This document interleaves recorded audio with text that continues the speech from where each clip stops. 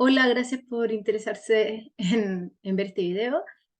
Bueno, este video pretende ser un resumen de lo que trabajamos en los talleres de la Jornada Nacional de Dirigentes del 2023.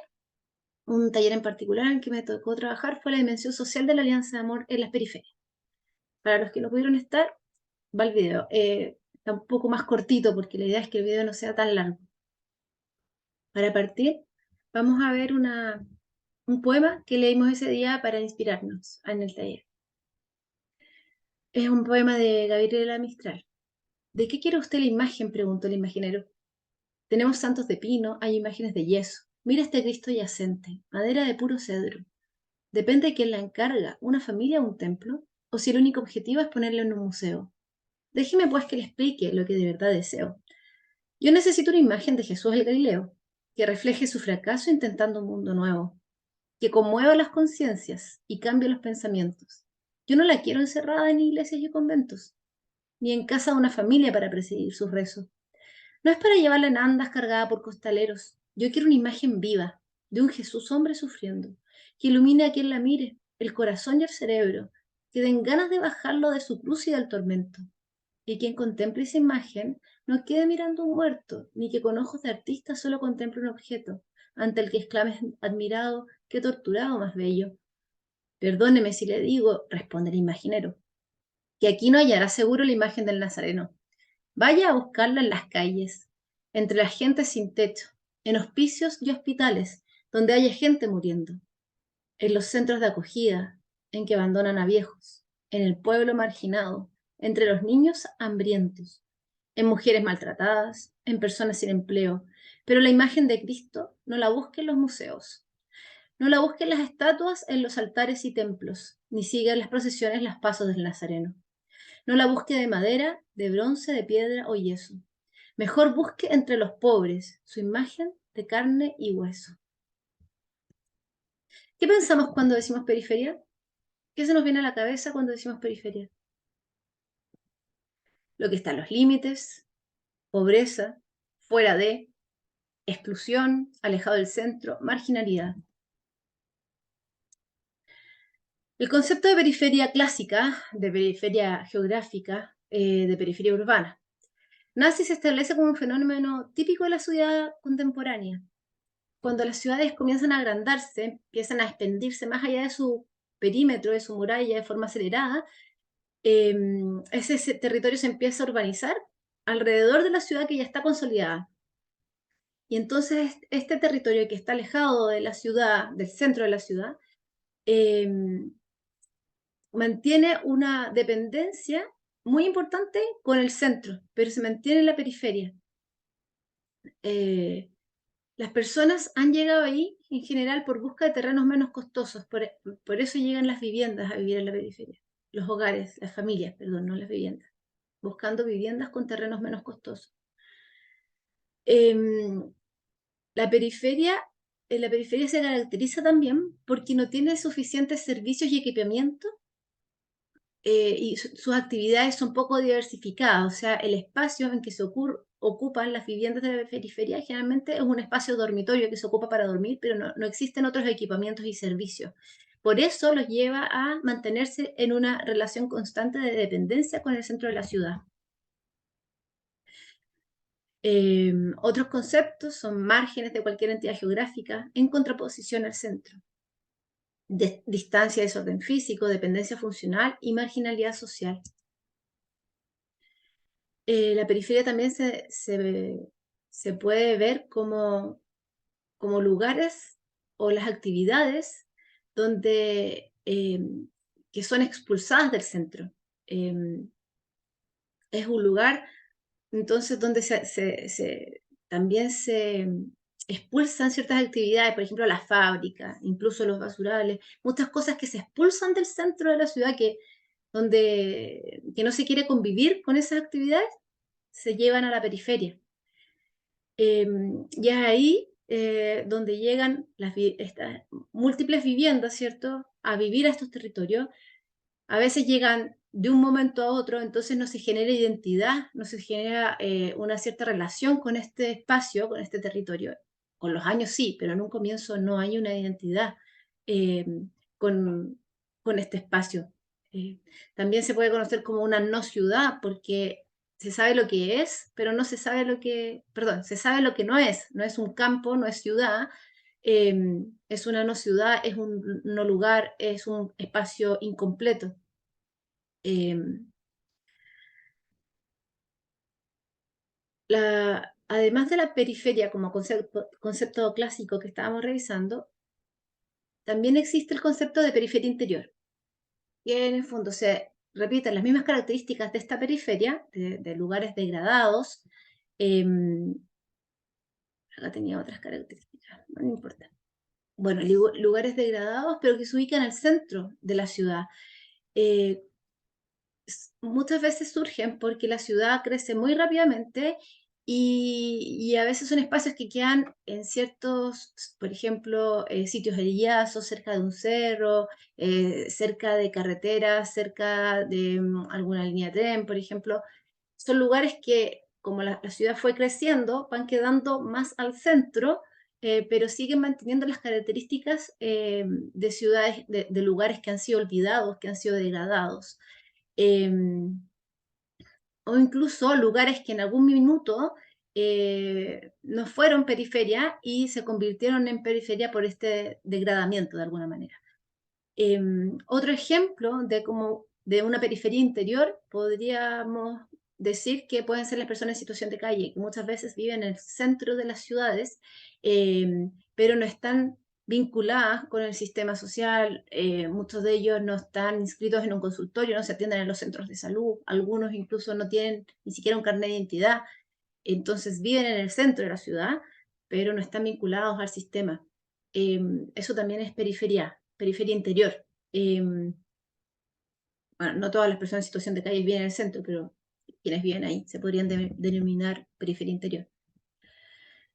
La periferia se relaciona con la exclusión y con la pobreza. Cuando hablamos de pobreza, es importante hablar que es un fenómeno complejo en el que intervienen múltiples factores que son causa y efecto a la vez. Por ejemplo, si decimos baja escolarización, puede ser causa y puede ser efecto. Si es de la pobreza, o por ejemplo, desocupación es causa y efecto. Bueno, problemas de salud, y así un montón de características que se relacionan y estos factores entonces intervienen como causa y efecto en esta multidimensionalidad de la pobreza, como una especie de círculo de alimentación de unos factores a otros. Es complejo el concepto de pobreza. Sin embargo, y aquí quiero ser súper enfática, me interesa que reflexionemos a partir de esto. Lo importante del concepto de pobreza es saber que la pobreza limita fuertemente a las personas y a las familias. Las limita para poder desarrollar sus propias capacidades e integrarse a la sociedad.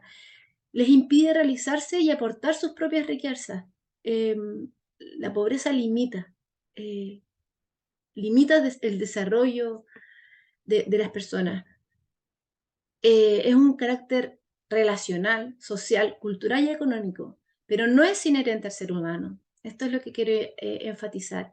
La pobreza es algo situacional, relacional, incluso estructural, es verdad, porque se hereda, porque no es fácil, como lo veíamos antes con los factores que se alimentan unos a otros, estructurante también. Sin embargo, cada uno de nosotros puede vivir en algún minuto de su vida en una situación de pobreza. No es inherente a la persona, nosotros no somos pobres per se, es algo situacional que nos limita y que nos impide realizarnos y aportar las propias riquezas a la comunidad. Bueno, y aquí decir algo, o sea, también hay conceptos de resiliencia y hay muchos estudios que hablan de las riquezas que sí podemos encontrar en las comunidades en situación de pobreza. O sea, no es que haya siempre una falta de, también hay riquezas en múltiples situaciones eh, relacionales y podemos encontrar un montón de otros factores que son importantes a destacar. Sin embargo, en este punto, lo único que quiero enfatizar es que la pobreza no es inherente a las personas, al ser humano, sino que es algo situacional. Santiago es una ciudad disgregada. En nuestro país la vivienda precaria está asociada también a sectores geográficos. Santiago es sin duda una de las ciudades paradigmáticas en esta división entre barrios ricos y barrios pobres. Aquí voy a ir un poco más rápido para que, como les comentaba, la presentación no sea tan larga. Algunos ejemplos de esto. Acá vemos la brecha verde en la capital, en Santiago, como ciertos los sectores del nororiente de la ciudad, que son sectores más acomodados económicamente, tienen mucho más acceso a espacios verdes, metros cuadrados por persona, que por ejemplo los barrios surponientes. Aquí vemos San Bernardo o el Bosque, por ejemplo. Algunas cifras de la CACEN. Esta no es la última CACEN, pero sí son los últimos datos que tenemos, porque los últimos no han salido. Y esta CACEN sí fue en pandemia, pero aquí se ve cómo la pobreza urbana aumentó, cómo también aumentó las cifras de desocupación en el 2020, y también aumentó el allegamiento interno. Estos conceptos de allegamiento, desocupación, pobreza, son importantes porque son causas eh, que se han visto para que las personas vayan a vivir a los campamentos. Aquí vamos a hablar un poquito de los campamentos sociales, que son un tipo de periferia exterior e interior también. A veces los campamentos están muy centrales, pero siguen siendo periféricos por ciertas características que vamos a hablar acá. Además, es importante decir que en el último catastro nacional de campamentos hemos podido constatar que la cifra de hogares que viven en campamento aumentó en un 39,5% más que el periodo anterior. Y en cuanto a hogares y en cuanto a campamentos, también aumentó en un 33,1% más. Esta, ustedes después ahí van a tener acceso a la presentación completa, entonces lo van a poder leer con más calma todo. Pero esta es una noticia que apareció hace poco, acerca también de un estudio que se hizo en los campamentos sociales, perdón, en los campamentos, y podemos ver que el 85% de quienes viven en los campamentos trabaja, pero la mayoría sin contrato. En más de la mitad de los casos, los ingresos que reciben son inferiores al salario mínimo. Bueno, y aquí el detalle es que en 79,4% de los casos gasta entre 100 y 400.000 solo en la alimentación. Y el 42,2% percibe ingresos laborales menores a 400.000. Saquen ustedes sus propias conclusiones. 1 de cada 5 familias no cuenta con acceso a agua potable, y la misma proporción, más o menos, parecida a 1 de cada 5 familias, declara que la ambulancia no llega hasta donde vive. 64,3% accede a red eléctrica sin medidor y 7,3% no tiene sistema de eliminación discreta. Esto es como a grandes rasgos algunas características que podemos ver en estos hogares. El capellán del techo, Héctor Guarda, nos dice: es importante que no se criminalice a quienes habitan los campamentos. No olvidemos que las familias han sido expulsadas a vivir en estos asentamientos al no existir respuestas habitacionales adecuadas. ¿Cómo nos relacionamos con la periferia? Se entregan respuestas con espacios de participación, sin participación. Nos conocemos, interactuamos.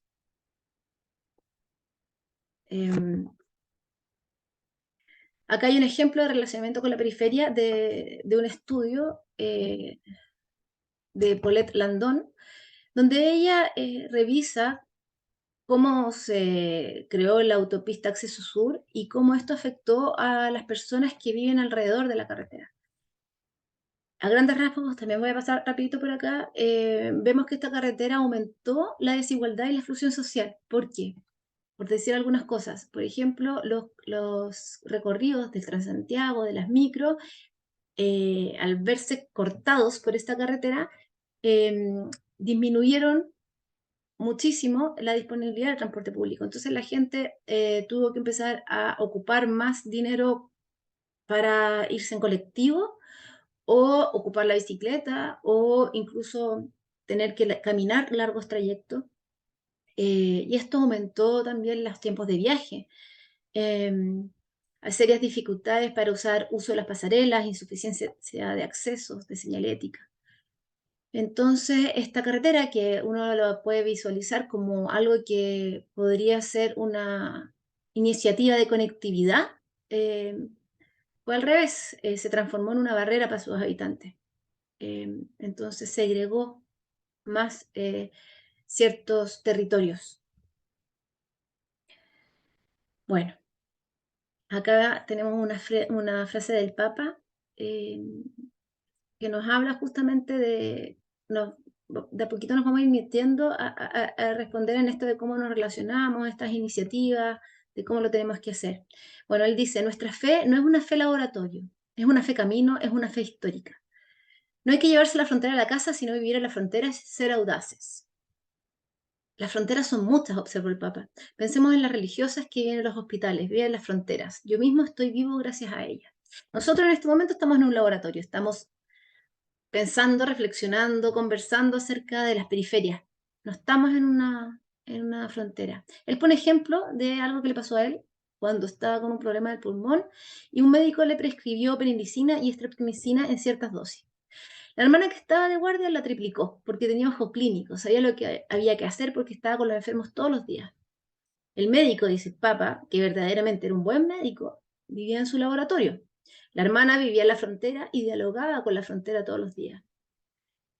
Domesticar la frontera significa limitarse a hablar de una posición de lejanía, encerrarse en los laboratorios, que son cosas útiles. Él dice, él era un buen médico. Pero la reflexión, para nosotros, debe partir desde las experiencias. Esta hermana lo salvó porque estaba en la frontera. Otro ejemplo.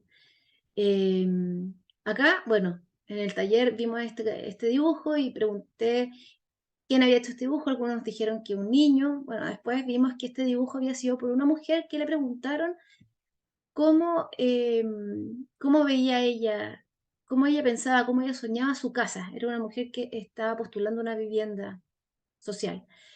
Em, Bueno, cuando mostré este dibujo, entonces, claro, dijeron, veo un niño, veo una casa, veo una palmera, y otra persona por ahí gritó, veo una antena. Cuando dijo eso, entonces reflexionamos, y mucha gente puede decir, mira esta gente, qué ignorante, no tiene ni que comer, apenas están saliendo de un campamento y tienen una antena. Pero si uno le pregunta a la señora, a la jefa de hogar, que dibujó esta casa, ella dice, si yo no tengo el mejor videojuego, la mejor consola, el mejor plasma en mi casa, a mis hijos me los gana la esquina. A mis hijos me los gana la esquina. Yo tengo que competirle a la esquina. ¿Qué significa la esquina? La esquina significa ausencia escolar, desescolarización, a veces droga, delincuencia. Ella tiene que competir con la esquina. Por eso está la antena. Cuando se habla de problemas sociales, una cosa es reunirse a estudiar el problema de la droga en una villa miseria y otra cosa es ir allí, vivir allí y captar el problema desde adentro y estudiarlo. No se puede hablar de pobreza si no se la experimenta, con una inserción directa en los lugares en los que se vive esa pobreza. Experimentar la periferia. Otro ejemplo, en la pandemia se regalaron cajas de mercadería. Cuando la gente la recibía, algunos la vendieron. Y también hubo comentarios, pero qué ignorantes o qué mal agradecidos. Entonces una persona dice, ¿pero ustedes les preguntaron a estas familias si tenían gas para cocinar lo que venía en la caja? Cuando di este ejemplo en el taller, una persona levantó la mano y dijo, esto mismo sucedió para el incendio de Valparaíso. También regalaron cajas de mercadería con cosas que había que cocinar y mucha gente no tenía cocina para hacerlo. Esto es porque tenemos buenas intenciones, pero hay que estar ahí, hay que estar en el terreno. Nos perdemos una gran sabiduría si no abrimos los procesos de participación. Esto lo dice Alejandro Aravena. La conversación no es ni paternalista ni arrogante, de arriba hacia abajo. Nada de mire, yo sé algo y usted no tiene idea. Tampoco es culposo o populista. Mira, porque la gente lo dice, hay que decirlo. La relación y el tratamiento es horizontal. La relación debe ser del tipo de conocimiento que necesitamos hacer converger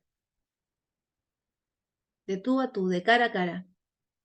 La mirada vertical en la cual yo entrego algo a quien no tiene, deslegitimiza al otro como un legítimo otro, le quita dignidad. Nos engaña la relación yo te doy, tú recibes. Nos sitúa en un parangón de poder y de asimetría que no es real. Todos tenemos el mismo valor. En la convivencia se realizan intercambios. Me conmuevo por la realidad del otro y el otro se conmueve con mi dolor. Nos hacemos hermanos en la convivencia. Acá, bueno, el concepto de periferia es bastante amplio, además del concepto clásico social. Podemos encontrar que siempre que se hable de periferia, se hablará de donde hay exclusión, donde hay discriminación, en donde los grupos minoritarios son incomprendidos. La Iglesia está llamada a salir de sí misma e ir hacia las periferias, no solo las geográficas, sino también las periferias existenciales, dice el Papa. Tenemos que descentrarnos de nosotros mismos y orientarnos hacia la periferia. Tener enfrente las diversas periferias de hoy nos mantendrá en camino, nos arrancará del letargo, nos sanará del egoísmo y nos devolverá la vida. Esto lo dice el padre Guillermo Campuzano. Orientarnos hacia la periferia nos da sentido. ¿Cómo podemos hablar hoy sobre Dios, el Dios de las periferias, ante el sufrimiento extremo de los que se van quedando atrás en nuestras sociedades?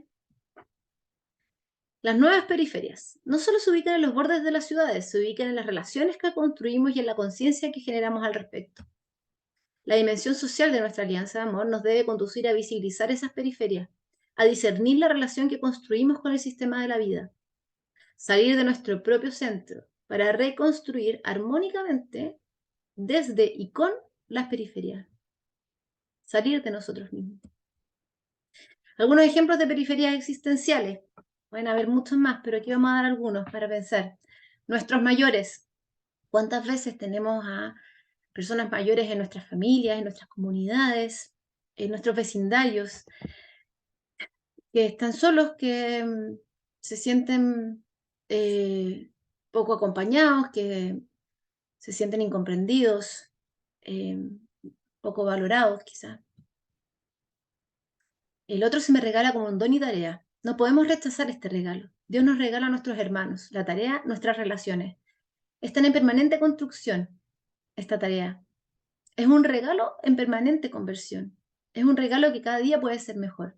Una vez que vamos hacia esas periferias, nos damos cuenta que al relacionarnos es un regalo. Personas en situación de discapacidad, que viven en un contexto discapacitante. ¿Cuánto estamos haciendo para que nuestro entorno sea menos discapacitante?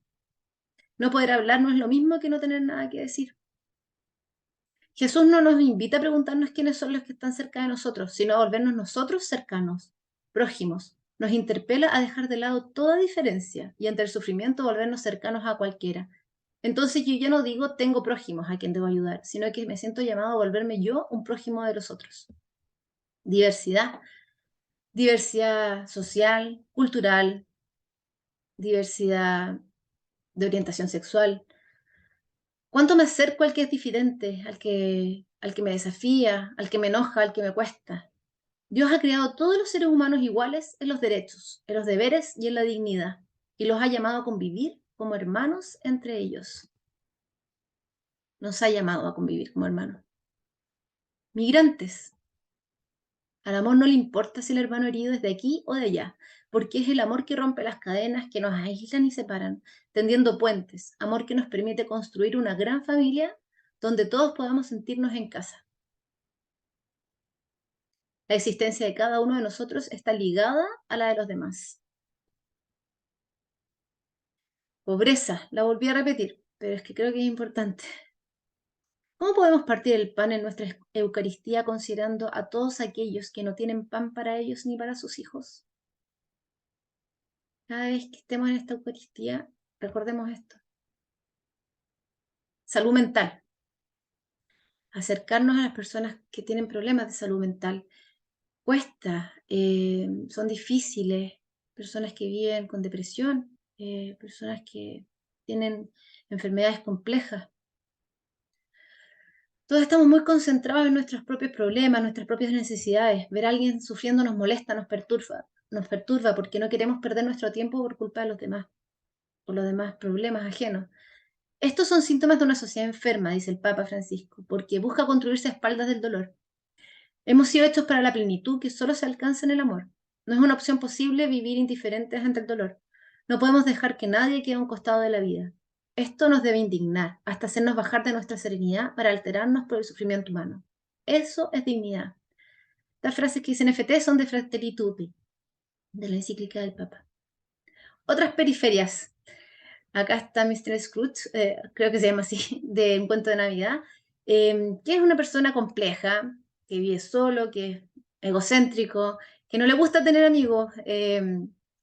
Estas personas que están quizás en nuestra familia, que nos cuestan, ¿cierto? Tienen personalidades complejas, que nos quitan energía vital. Son también nuestras periferias y hay que ir hacia ellas. Un ser humano está hecho de tal manera que no se realiza, no se desarrolla, ni puede encontrar su plenitud si no es en la entrega sincera de sí mismo a los demás. Otra periferia, miedo al otro. ¿Qué está pasando con nuestra convivencia? ¿Cómo vemos nuestras relaciones sociales, nuestra convivencia cotidiana? O como dice Hernán Medina de la Federación de Hombres, en Chile la periferia está afuera, en la marginalidad urbana, y también está adentro, en el cerrojo que instala el miedo y la desconfianza. Nuestras periferias existenciales, interiores, propias, no geográficas. El miedo nos aleja, eh, no nos permite acercarnos. ¿Cómo respondemos? Necesidad de encuentro. Por vocación la Iglesia es simplemente sierva y signo del reino. Es decir, que su centro está fuera de sí misma, que salir le toca por derecho propio de identidad y misión. Su centro está fuera. Perdón. Aquí conceptos de la palabra encuentro, que bueno, salir a recibir, ¿cierto? Discusión puede ser porque pensamos distinto, no tengamos miedo a encontrarnos con lo diferente, pero siempre vamos a coincidir en algún punto, en este encuentro. Y, y cuando nos encontremos, vamos a encontrar, perdón, valga la redundancia, algo que buscamos, pero también muchas veces, o todas las veces, vamos a encontrar algo sin buscarlo. Vamos a descubrir cosas nuevas en este encuentro. En el encuentro con el otro nos encontramos con Dios. Y el verdadero encuentro surge gracias a la escucha plena. Pero una escucha real, una escucha interior, crear un vacío, hacernos recipientes, no solo un silencio exterior, cuando, ¿cierto?, nos están hablando y adentro tenemos mucho ruido. Escuchar al otro activamente, abiertamente, sin prejuicio, o los menos posibles. Todos tenemos prejuicios. Trabajar mi mirada, cómo veo al otro. Pensar y reflexionar cuáles son estos prejuicios que todos hacemos, cuál es mi actitud de escucha. Lo encasillo en una categoría, siempre lo vamos a hacer. Eh, pero tener ya conciencia nos va a ayudar a sacar esos prejuicios. Por ejemplo, cuando veo ciertas vestimentas, lo asocio a una opinión, a una posición política, socialmente me hago una mirada. Empieza a hablar, entonces lo que habla hace que confirme la imagen que yo ya creé. Lo que yo escucho, generalmente lo que se escucha va a ser determinado por el que escucha. Tenemos un montón de filtros, sobre todo prejuicios y categorías. Entonces, tenemos que tratar de abrirnos y dejarnos también sorprender por eso, para que no incida estas categorías y estos prejuicios en lo que yo escucharé, porque me voy a perder un montón de riqueza si es que no lo hago. No puedo amar realmente si no conozco de verdad. No puedo conocer si no hay un verdadero encuentro en la convivencia. Cuando no tenemos suficiente apertura para crear una convivencia real, en que nos descubrimos y caminamos junto al otro, en que nos hacemos prójimos, en que nos reconocemos iguales y distintos, pero con la misma legitimidad y valor, cuando no hemos podido concretizar ese encuentro, nos estamos perdiendo una invaluable capacidad de crecimiento, de redescubrirnos en el encuentro con los demás. Nos estamos perdiendo el contacto con Dios y dejarnos transformar por Él. Es una invitación a conocernos y a caminar juntos, derribando estos prejuicios, permitiéndonos ser tocados a través de ese encuentro y permitiéndonos ser el prójimo. Me abro las oportunidades de la riqueza y complejidad de las relaciones humanas. Hay todo un mundo por descubrir en cada encuentro. Creo que esa última frase es de Maturana. El encuentro social, la convivencia entre hermanos, no tiene por objetivo ir en la ayuda del otro, sino que salir al encuentro los unos con los otros. Esto irá en una ayuda de un nosotros colectivo. No es que yo vaya en ayuda del otro, sino que nos vamos a encontrar juntos. La convivencia social se basa en el respeto mutuo, en una confianza real, que sustente el verdadero amor y el intercambio social. El verdadero encuentro con el otro emerge desde el reconocimiento del otro como un legítimo otro. La convivencia nos transforma, nos convierte. Las personas, los humanos, somos necesitados los unos de los otros, somos vulnerables, somos el prójimo. Nuestra vulnerabilidad es antropológica, nos hace humanos. Las personas, cuando nacemos, somos extremadamente vulnerables, nos necesitamos. Es una dimensión esencial nuestra. Necesito el cariño del otro y el otro necesita de mí. Estamos llamados a salir al encuentro, aunque nos veamos o nos pensemos muy distintos. Tenemos que no podemos ser fraternos desde la polarización, desde el enfrentamiento. Tenemos que tener en cuenta el valor incuestionable de cada persona. El acercamiento debe ser respetuoso, a través de un trato humano, cara a cara, tú a tú, encontrarnos con Dios en cada encuentro con los hermanos. Y para terminar, así como el Papa Francisco nos inspira a través del Santo de Asís, encontramos también en la prosa de Gabriela Mistral algunas frases que nos iluminan al respecto. Nosotros llamamos caridad a poner en la mano extendida una moneda grande o a pagar una cama de hospital. Francisco, tú no. Cuando dabas, eras tú mismo el que te dabas. Conociste la lepra y te quedaste sentadito horas y horas lavando la podre. Parecía que eras tú mismo el agua y el aceite. También la venda, eras también la venda. A los frailes no solo les ofrecías el convento, te dabas tú en paciencia larga. Solían ser muy charladores y necesitaban una gran paciencia, la paciencia que han tenido ustedes para escucharme. Nosotros, Francisco, entregamos lo que nos sobra. Estamos tan llenos que se nos rompen los sacos de oro trigo. Y entonces cedemos, por no doblarnos a recoger lo caído. Solo ahí cedemos, para no doblarnos. Cambio tú te diste, te diste, te diste. Motivos de San Francisco, Gabriela Mistral. Perdón por las intervenciones entre medio que hice.